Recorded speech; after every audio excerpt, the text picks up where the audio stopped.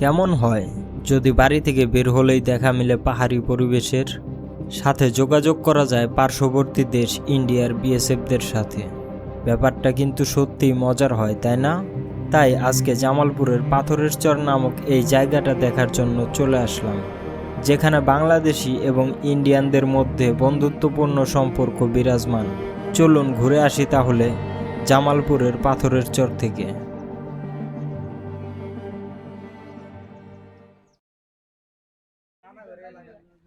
প্রথমেই বলে দেই, আমার যাত্রাটি কিন্তু শুরু হয়েছে সানন্দবাড়ি বাজার থেকে। সানন্দবাড়ি বাজার থেকে পূর্ব দিকে 5 মিনিট হেঁটে চলে আসলাম জিঞ্জিরা নদীর পাড়ে। এই নদীটি পার হয়ে ওপারে যেতে হবে। তো এই মাত্র নদী পার হইয়া এপারে আসলাম। আসলে নদীও বলা যায় না, আসলে একটা খালের মতো। 10 টাকা ভাড়া নিল। নৌকাটা আজব, কোনো মেশিন লাগে না, দড়ি দিয়া বাইন দেয়, তারপরে এপার ওপার করে 10 টাকা করে। একবার পার হইলেই 10 টাকা, পরবর্তীতে রিটার্ন যাওয়ার সময় কোনো টাকা লাগে না।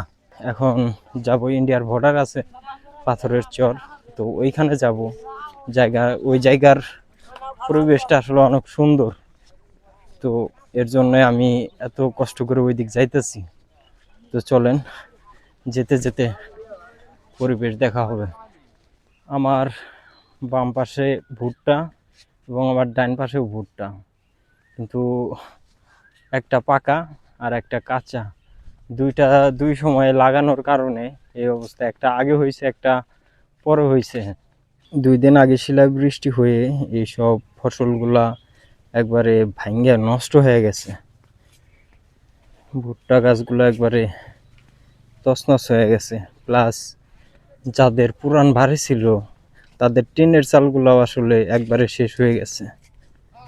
আমার দুই পাশে নজর যত দূর যায় শুধু ভুট্টা। এইদিকে একটু কম, কিন্তু এইদিকে নজর যত দূর যায় শুধু ভুট্টা চাষ করছে। কারণ এটা এই সময়ে এসব গ্রাম এলাকায় বা চর এলাকায় যেগুলো আছে সেগুলাতে প্রায় সব জমি ভুট্টা চাষের জন্য ব্যবহার করা হয়, এবং অন্যান্য সময় ধান এবং শস্য ইত্যাদি ফসল আবাদ করা হয়। কিন্তু এই সময়টায় প্রায় সব জমিতেই ভুট্টা আবাদ করা হয়। এই রাস্তাটুকু হেঁটে পার হচ্ছি, কারণ হলো আর কয়েকশো মিটার পরে আমার এক পরিচিত লোক আছে, তো তার সাথে দেখা করব এবং তারপর আমি পাথরের চরের ওইদিকে যাব। যার কারণে এই কয়েকশো মিটার আমি হেঁটে যাচ্ছি, তারপর থেকে গাড়িতে উঠবো।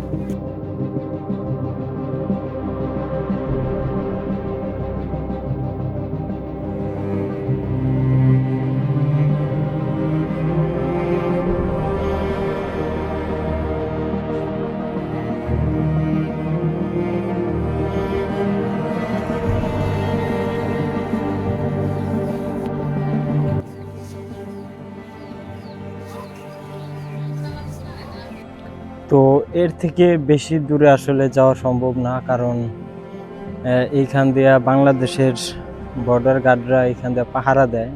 প্লাস ওই পারে কাঁটাতারের বেড়ার থেকেও আরও অনেকটা সাইডে দিয়ে তারা কাঁটাতারের বেড়াটা দিছে। মানে ওই কাঁটাতারের বেড়ার থেকে আরও দেখা যায় যে 100 থেকে 200 মিটার এই পর্যন্ত এটা হলো তাদের বর্ডার।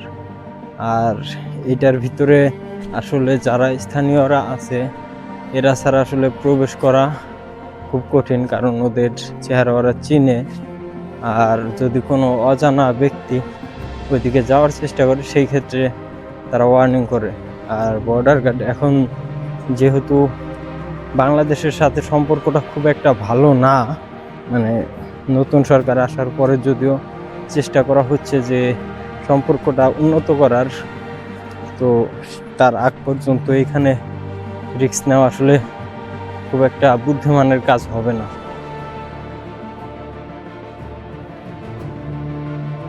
এই জায়গাটা যদিও বাংলাদেশের অন্যান্য পাহাড়ি অঞ্চলের মতো না, কারণ হলো এই পাশের যে পাহাড়গুলো আছে সেগুলো সব ইন্ডিয়ার মধ্যে পড়ছে, এবং বাংলাদেশের এইদিকে যদি দেখাই এদিকে সমতল ভূমি, যার কারণে আমরা খুব একটা ভালোভাবে এগুলা পর্যবেক্ষণ বা দেখতে পারি না। তো যদি বাংলাদেশের মধ্যে থাকতো তাহলে অবশ্যই টুরিস্ট স্পট করা হইতো। যেমন যদি জাফলংয়ের কথা বলি, জাফলংয়ের যে পাহাড়গুলো আছে সেগুলোও কিন্তু ইন্ডিয়ার ভিতরে, কিন্তু সেগুলো হলো কাছাকাছি হওয়ার কারণে বাংলাদেশ সরকার থেকে হয়তো কোনো চুক্তিতে লিপিবদ্ধ আছে যে তারা এখানে টুরিস্ট দেখাতে পারবে। তবে নদীর মাঝ বরাবর দিয়ে, নদীর ছোট একটা নদী আছে এরকম, এর থেকে একটু বড় হবে, তো সেটার অর্ধেক বাংলাদেশ আর অর্ধেক ওপারে ইন্ডিয়ার। তো সেই নদী পার হওয়ার কোনো সিস্টেম নাই, অনুমতি নাই, যার কারণে আমরা যখন জাফলং যাই তখন তো নদীর এপার থেকে গোসল করি আর বাহির থেকেই পাহাড়ের সৌন্দর্য উপভোগ করি। সর্বশেষ কথা যদি বলি তাহলে আমরা বাঙালি সমতল ভূমিতে থেকেই অভ্যস্ত। বাঙালির চোখ যখন পাহাড় দেখে তখন মন দোলে ওঠে অজানা আনন্দে। তাই হয়তো এই পাথরের চরের পাহাড়ি দৃশ্য দেখার জন্য সকলের মতো আমারও মনটা ছুটে এসেছে। আজকের মতো এখানেই শেষ করছি। ভালো লাগলে সাবস্ক্রাইব করে পাশে থাকবেন।